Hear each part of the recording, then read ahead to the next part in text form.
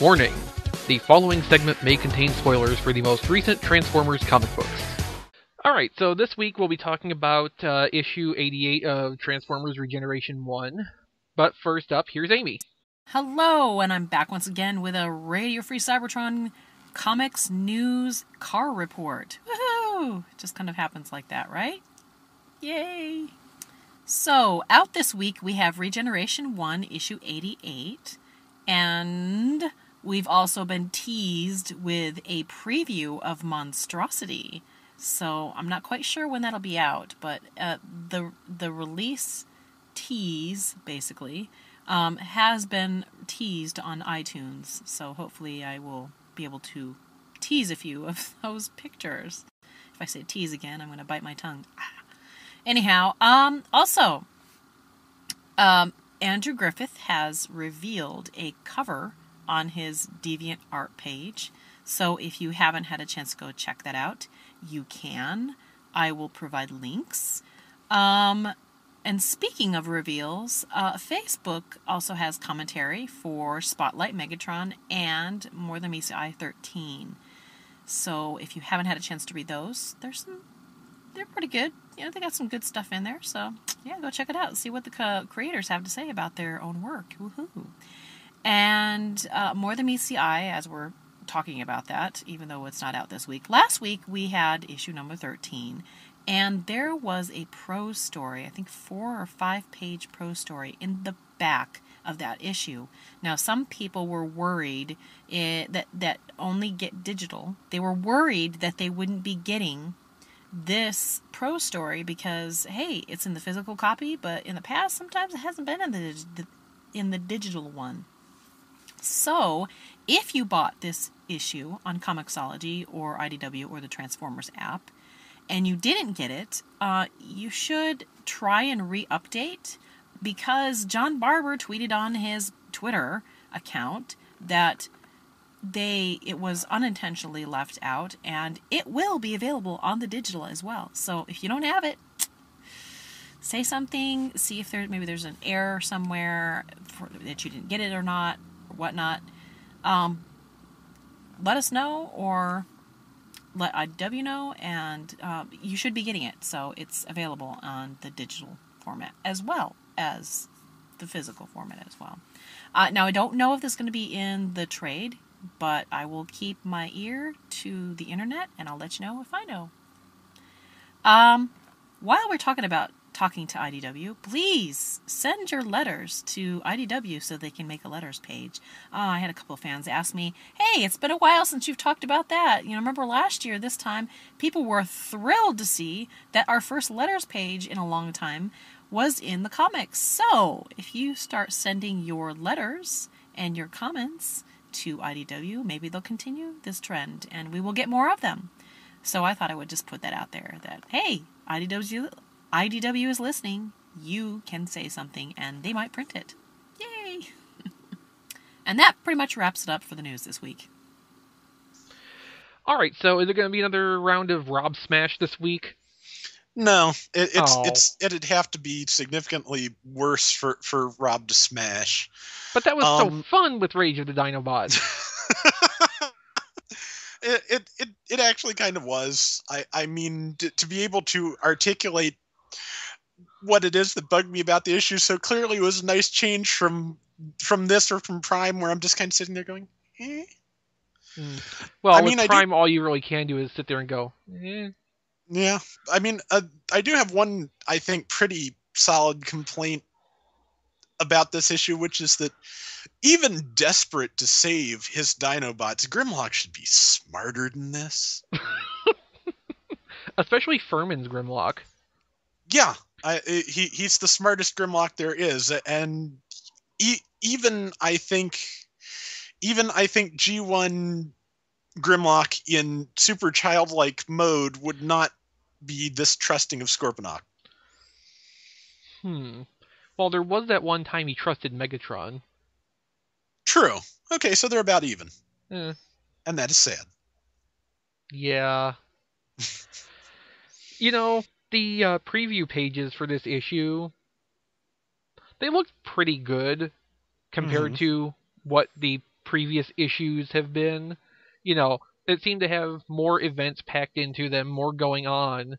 But then it seems like almost as soon as it got out of the preview range, it just went right back to normal. Yeah. And I hate to be Unfortunately. that guy, but I kind of wonder if that wasn't on purpose. Could be. I've heard of writing for the trades, but writing for the page previews is new on me. Worse yet, we've got a combination of both, and that's a hell of a trick. Ugh. But you know, there are a few things going on with this that are interesting and that I like. I mean, it's kind of, you know, the reintroduction of some really old stuff. That we've got the War World back. We've got the demons who only appeared in one issue of G1 and in the UK comic once.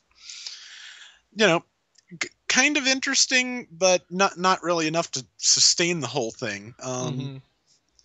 You know, the best thing about the whole book is Guido's alternate cover. That is beautiful. I really wish Guido was doing the interior art. Yeah, because he gets what I think what we wanted this book to be, which is a lot more of a callback to Marvel. That is a Marvel cover. That needs some kind of blurb on the front that just to be perfect. But that is a 1980s Marvel comic cover, and it is perfect. Mm-hmm. Yeah, I mean, compared to stuff like that, it just seems like the rest of it's missing the point. Yeah, and you know, like I said in the review at T-Formers, I understand that to a certain extent because it is next door to impossible, even if you go back and study yourself, to write or draw like yourself 20 years ago. Mm-hmm. You know, your brain just doesn't work that way anymore, and it's really difficult to go back to. But you know, at the same time, I think that's kind of what I wanted. I wanted to pick up where we left off, and in style and in the time shift and everything, we just haven't quite done that. Yeah. I mean, I think that was really the shoot yourself in the foot moment for this, which, I mean, it was even before the series began. You know, skipping ahead 20 years in the narrative, it just completely disconnects from everything that went before. Mm-hmm. You know, it's funny, I've been thinking back on this, and this time last year, when this was announced, you know, I felt like, okay, this is the comic book that I want. Mm-hmm. You know, it's continuing off of Marvel, which I really enjoyed, especially Furman's run on the Marvel comic. Mm-hmm. You know, it's going to continue off of that. It's going to be great compared to the other stuff IDW's done. But then, you know, it comes out and it's like, oh, why? Why? Mm-hmm. Why isn't this more than meets the eye or even Robots in Disguise? Yeah, or at least G2. Well, yeah. I you know, again, I think the fact that he's got 20 issues to do what he wants to do is one of the big tripping points here, because I'm not sure he had 20 issues worth of, you know, story set up for this. I know back in the old days, as far as I can tell, he used to plot for stories a year at a time. Mm-hmm. And I think we're maybe doing a year's worth of stuff over 20 issues. I mean, when I read this issue, you know, after getting out the preview pages and it started to Mm-hmm. slow down, I suddenly found myself looking at it to be continued on the bottom of one page, and it's like, wait, what? Mm-hmm. What happened to the other half of the issue? Yes. I mean, it cuts off basically in the middle of what's going on, not in a cliffhanger style. It's just like, okay, well, this is where the issue ends, Mm-hmm. and you feel like there's a whole bunch of content that should have been in there that just isn't. Yeah, matter of fact, the previews mention something, Hot Rod meets Primus, which does not actually happen in the issue. Yeah, Hot Rod meets Primus's sword and shield. He does not right. meet Primus. So that's kind of a problem right there. That the solicits were promising something that does not actually happen in the book. Although I can kind of see where this might be going. Do you remember in, I don't even know, it might have been the UK comics, but there was art of Primus and Unicron battling each other in the time before they took physical form in the Transformers universe, and Primus looks an awful lot like Hot Rod carrying a sword and shield. I'm pretty sure that's what we've been hinting at, and that's why the demons keep saying creator when they look at him, That, because yeah. that's and the real tell is probably the nicest piece of coloring in the book, where you get that nice demon vision shot where he is Hmm. just full of blinding light. We are. I don't think this is subtle enough to count as foreshadowing at this point. Yeah, I mean, we know that the final story arc is going to be to do with the tear or whatever it was called from was it 81 or 80.5 that set that up? I can't even remember. I can't either. But it was one of those two, but it set up the tear being some kind of collusion of time and space or something Hmm. Doctor Who-ish. Yes. Um, and at this point, all I can see happening is that Hot Rod ends up one way or another going back and becoming Primus and starting everything all over again. That makes a lot of sense. It had not occurred to me, but yeah, sounds about right. And all at once, it's like I don't want to predict the end of the series that accurately, A year out. and I also don't want that to be the end of the series. Yeah. It's not just a matter of predicting it ahead of time and possibly spoiling myself to what is going to develop in this, if you can call it developing. Hmm. I don't want that to be the direction this goes. Because if I Yeah. can sit here and come up with that a year ahead, more even, I mean, what does that say for the rest of the book? Yeah. So how do you think the Scorponok storyline is going to resolve in two more issues? Um. Well, I see one of two ways, which is that basically Rodimus Prime will show up with his fancy new sword and shield and fix everything. Or, the rest of the Decepticons show up and start a big Decepticon civil war again, and then Rodimus Prime shows up with his fancy new sword and shield to fix everything. You Um, know, it's entirely possible both those things could be true well, in two separate story arcs. possibly, I'm not discounting the fact that the Decepticons we are kind of hinting at are converging on Cybertron will not show up in time to argue with Scorponok, which would be more interesting, because we were making noises about whatever Soundwave is up to during the previous story arc, and it Hmm. looked like that was actually going to come to a head there, and it did not. Right. We got some pacing problems here.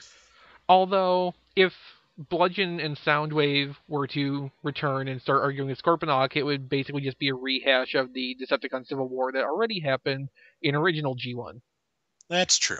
which would be bad on its own levels. Hmm. So, it at this point, it just seems like there's no winning with this. Yeah. I mean, I think intentionally or not, Furman is drawing himself into a corner, Hmm. and there's just nowhere else he can go with this. It's kind of stuck now. Yeah. I, you know, and again, I think because he's going back to some of the old themes, that's kind of necessarily a consequence of that. He would have. I know that, like I said, this is a well trodden set of plot points for him, and I think to really break out of what this is looking like it's going to be, he would have to go in an entirely new direction. And I kind of think that for him the nostalgia part is going back over some of this old ground as opposed to doing Hmm. things in the older style. Right, and the older style is what we wanted, not retreading stuff he's already done. Yeah, new stories in the older style, not old stories in a newer style. Yeah, I mean it's just been too long since G1 ended the first time. Yeah. It's like when somebody tells you about something that happened a long time ago that you don't remember anymore. From that point on, you remember the story of it happening, so intellectually you know that happened, but you Hmm. never have the same experience of it again. Yeah. And that's really what has happened to Furman between 1990 and 2012.